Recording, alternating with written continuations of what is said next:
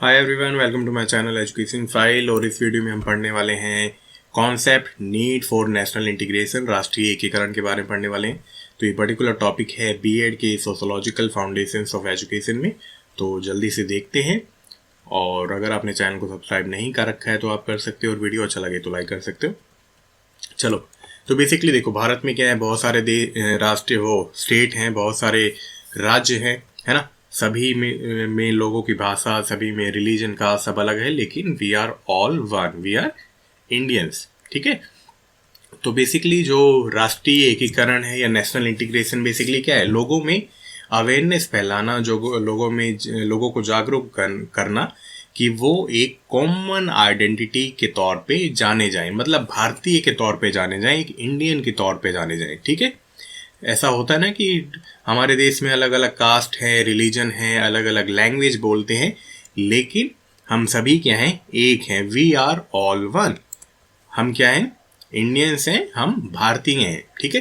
तो अपनी कास्ट से ऊपर उठ के, अपने रिलीजन से, अपनी लैंग्वेज से हमें वो बैरियर खत्म करके एकजुट होना चाहिए, और एकजुट हैं। और वही फीलिंग क्या है, राष्ट्रीय एकीकरण है, कि जब सभी इंडिविजुअल देश के डेवलपमेंट में अपनी साझेदारी दें। ठीक है। अपना हिस्सा या अपना शेयर समझे कि वो भी देश के लिए इम्पोर्टेंट है, और अपने देश के डेवलपमेंट के लिए अपनी साझेदारी दें। और सिंपली क्या कह सकते हैं कि we are one instead of diversity, क्योंकि भारत क्या है, बहुत भिन्नता से भरा है, डाइवर्सिटी से भरा है, अलग अलग कल्चर है, रिलीजन है, कास्ट है, लैंग्वेजेस बहुत सारी हैं। आई थिंक 2000 से भी ज़्यादा लैंग्वेज हैं, और डायलैक्ट मिला के, बोली को मिला के, है ना। स्टेट्स बहुत ज़्यादा हैं, मतलब डिफरेंट डिफरेंट चीज़ें हैं, डाइवर्सिटी भरी पड़ी है इंडिया में, लेकिन वी आर स्टिल वन। और इसको क्या कहते हैं, यूनिटी इन डाइवर्सिटी भी कहते हैं। ठीक है। और नेशनल इंटीग्रेशन क्या है, वननेस की फीलिंग है। ठीक है। एक होने की भावना है। तो आपको जैसे भी डिफाइन करना है अपनी लैंग्वेज में कर देना, एक आइडिया ले लो यहाँ से। चलो, तो नेशनल इंटीग्रेशन डे मनाया जाता है ताकि नेशनल इंटीग्रेशन को और ज़्यादा एनहेंस किया जा सके। तो ये मनाया जाता है 19 नवंबर को, और इस दिन एक प्लेज या शपथ भी ली जाती है, उसको हम अगले पेज पे डिस्कस करेंगे। और हिंदी में इसको कहते हैं कौमी एकता दिवस भी। तो ये पर्टिकुलर पॉइंट्स याद रखना। चलो, तो प्लेज ये ली जाती है या शपथ ये है कि मैं सत्य निष्ठा से शपथ लेता हूं कि मैं राष्ट्र की एकता, अखंडता और सुरक्षा को बनाए रखने के लिए स्वयं को समर्पित करूंगा। अपने देशवासियों के बीच यह संदेश फैलाने का भी भरसक प्रयत्न करूंगा। मैं यह शपथ अपने देश की एकता की भावना से ले रहा हूं, जिसे सरदार वल्लभ भाई पटेल की दूरदर्शिता एवं कार्यों द्वारा संभव बनाया जा सका। मैं अपने देश की आंतरिक सुरक्षा सुनिश्चित करने के लिए अपना योगदान करने का भी सत्य निष्ठा से संकल्प करता हूं। तो ये पूरी शपथ है। अगर आपको याद होती है, आप लिख सको तो बहुत अच्छी बात है। चलो, तो डॉक्टर राधा कृष्ण जी ने क्या कहा नेशनल इंटीग्रेशन के बारे में। इन्होंने कहा कि नेशनल इंटीग्रेशन ईंट और गारे से नहीं बनाई जा सकती, या हथौड़े से मोल्ड नहीं की जा सकती, बल्कि ये क्या है, लोगों को दिमाग में क्वाइटली, बहुत धीरे धीरे ग्रो करती है, एक फीलिंग आती है, एक भावना आती है। किसके जरिए, शिक्षा के जरिए। ठीक है। जितनी अच्छी शिक्षा होगी, जितनी अच्छी उसमें मॉरलिटी होगी, वैल्यूज होगी, उतना ही हम अपने देश के बारे में सोचेंगे। ठीक है। तो इन्होंने यही कहा। तो अगला टॉपिक है कि नेशनल इंटीग्रेशन को शिक्षा कैसे अफेक्ट करती है। ठीक है। तो उस वीडियो में, उस टॉपिक में आप इनका कोट लिख सकते हो, क्योंकि इन्होंने शिक्षा का रोल बताया है। ठीक है। तो ये कोट याद कर लेना। अगर पूरा याद ना हो तो डजंट मैटर। इन्होंने कहा कि नेशनल इंटीग्रेशन, ब्रिक और मोटार याद रखना, माउल्ड एंड हैमर याद रखना, और एजुकेशन याद रखना। ठीक है। पूरा का पूरा याद करने की जरूरत नहीं है, सिंपली बस लिख देना कि राधा कृष्ण जी ने क्या कहा था। ओके, चलो पढ़ते हैं। देन डोरोथी सिम्पसन ने क्या कहा। इन्होंने कहा कि national integration means creating a mental outlook which will promote and inspire every person to place loyalty to the country।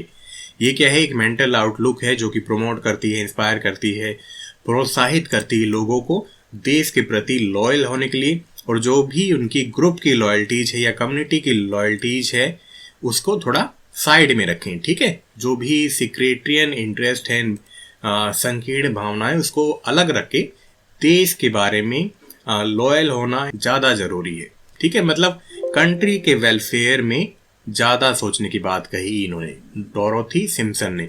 तो ये 2 लिख देना, बाकी आपने कहीं से और भी पढ़ी हो तो वो भी लिख देना, डजंट मैटर। देख लेना कितने मार्क्स का क्वेश्चन है। चलो देन आते हैं, नीड क्या है नेशनल इंटीग्रेशन की, क्यों होना चाहिए राष्ट्रीय एकीकरण भाई। तो सिंपल सी बात है, घर में जब लड़ाई उड़ाई नहीं होगी, सभी साथ में रहेंगे तो क्या होगा, भाईचारा होगा, ब्रदरहुड होगा, सभी अच्छे से ग्रो करेंगे, सभी देश की डेवलपमेंट में अपनी भागीदारी दिखाएंगे।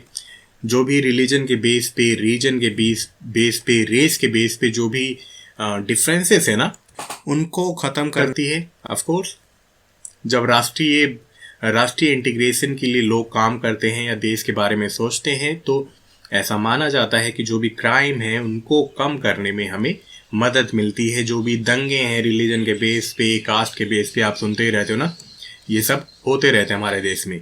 तो जब हमारे मन में देश के लिए एक अच्छी भावना होगी, एक राष्ट्रीय एकीकरण होगा, राष्ट्रीय एकता होगी, यूनिटी होगी, तो हम ये सभी चीज़ें थोड़ी कम करेंगे। ऐसा नहीं हो सकता कि बिल्कुल ख़त्म हो सकती हैं चीज़ें, है ना, क्योंकि फिर साइकोलॉजी भी आ जाती है, बहुत सारे फैक्टर्स आ जाते हैं।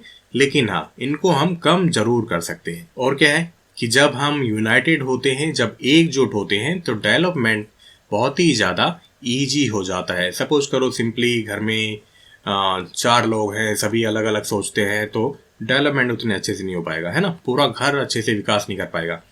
और पूरा देश बेसिकली क्या है, एक बड़ी फैमिली है, तो सभी का साथ देना जरूरी है, ताकि एक कॉमन गोल के लिए, कॉमन विजन के लिए आप आगे बढ़ सको और अपने देश को भी आगे बढ़ा सको। लोगों में यूनिटी लाता है, एकता लाता है, ऑफ कोर्स, क्योंकि देश के बारे में सोचते हैं तो सभी यही सोचते हैं कि देश को आगे ले जाना है। ठीक है, डेमोक्रेटिक वैल्यूज या लोकतांत्रिक जो भी मूल्य हैं उनको एनहेंस करता है। लोग अपनी जिम्मेदारी समझते हैं। आरटीआई कौन लगाता है, वही लगाता है ना जो अपनी जिम्मेदारी समझता है और वो जानना चाहता है कि सरकार ने कहाँ कितना पैसा लगाया। तो वो सभी क्या हैं, डेमोक्रेटिक वैल्यूज हैं, सफाई करना और सभी चीज़ें। देश के जो भी कानून हैं, जो भी संविधान है, कॉन्स्टिट्यूशन रूल्स के लिए अवॉइड करना, उन्हें ओबे करना, उनका आदर करना भी क्या है, नेशनल इंटीग्रेशन ही से ही आता है। जब हम राष्ट्र के बारे में सोचते हैं तो हम सभी जो भी कानून हैं देश के, कॉन्स्टिट्यूशन है, उसको फॉलो करेंगे। राष्ट्रीय एकीकरण से हम उनको रिस्पेक्ट भी देते हैं जिन्होंने हमारे लिए या देश की आज़ादी के लिए अपने प्राणों का बलिदान दे दिया है ना, मार्टेर हो गए वो।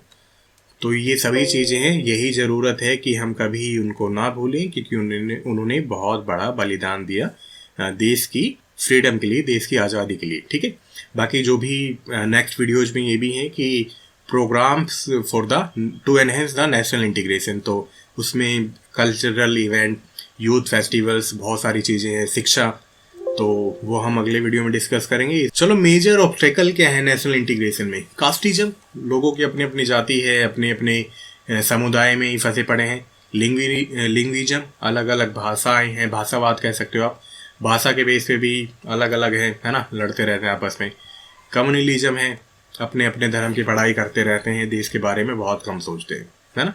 प्रोविंशियलिज्म है, मतलब प्रांतवाद तो कई बार आपने मीडिया में भी देखा, और सभी चीज़ें आपको मीडिया में देखने को मिल जाती है। जैसे कोई सपोज करो नॉर्थ का साउथ में चला गया, तो कई बार साउथ वाले लड़ाई करने लगे। ऑफकोर्स सारे नहीं करते, लेकिन कुछ के कारण सभी लोग बदनाम हो जाते हैं ना। कोई साउथ से नॉर्थ में है, उसको अलग निगाह से देखते हैं। या सिंपली अपना ही एग्जाम्पल लेते हैं, हम जब किसी स्टेट में जाते हैं तो वहाँ के लोग हमें कहने लगते हैं ना कि ये आउटर है या लोकल नहीं है। ये बहुत कॉमन है इंडिया में, ठीक है। तो ये भी एक बाधा है नेशनल इंटीग्रेशन को एनहेंस करने में। पॉलिटिकल पार्टीज सबसे बुरी चीज़ें हैं ये तो, है ना। इन्फ्लुएंसिंग की तरह काम करते हैं, इन्फ्लुएंसर्स की तरह काम करते हैं, लोगों को भड़काने का काम करते हैं, लोगों को आपस में लड़ाने का काम करते हैं। और लोग इतने चालाक भी नहीं है, इतने समझदार भी नहीं है, वो बातें सुन के लड़ भी लेते हैं। चलो देन है इकोनॉमिकल डिफरेंसेस। तो इकोनॉमिकल डिफरेंसेस में क्या है कि अमीर गरीब का भेदभाव, ये भी बहुत बड़ी बाधा है, ऑब्स्टिकल है नेशनल इंटीग्रेशन में। क्योंकि कई बार लोग अपने सोच के कारण साथ नहीं आना चाहते हैं, है ना। वो सोचते हैं कि हम अलग काम करेंगे, हम अलग काम करेंगे, हम अलग काम करेंगे। तो ये सभी ऑब्स्टिकल हैं। अगर ज़्यादा मार्क्स में आए तो इनको अच्छे से इलेबोरेट करके लिख देना, रियल लाइफ एग्जाम्पल लिख देना, सो सिंपल, है ना। कास्टिज्म में लिख सकते हो कि कई बार शादियों के बारे में आपने सुना होगा कि घोड़े पे नहीं बैठने देते, या किसी पर्टिकुलर हैंडपंप का पानी नहीं भरने देते, है ना, बहुत कॉमन है भाषा के क्षेत्र पे कि यहाँ हमारे रीजन में पर्टिकुलर यही भाषा बोली जाएगी। इसमें लिख देना कि लड़ाइयाँ होती रहती हैं, दंगे, बहुत सारे एग्जाम्पल हैं, प्रांतवाद, बहुत सारे एग्जाम्पल हैं। चलो तो इस वीडियो में इतना ही था, मिलते हैं नेक्स्ट वीडियो में। Till then bye bye, take care.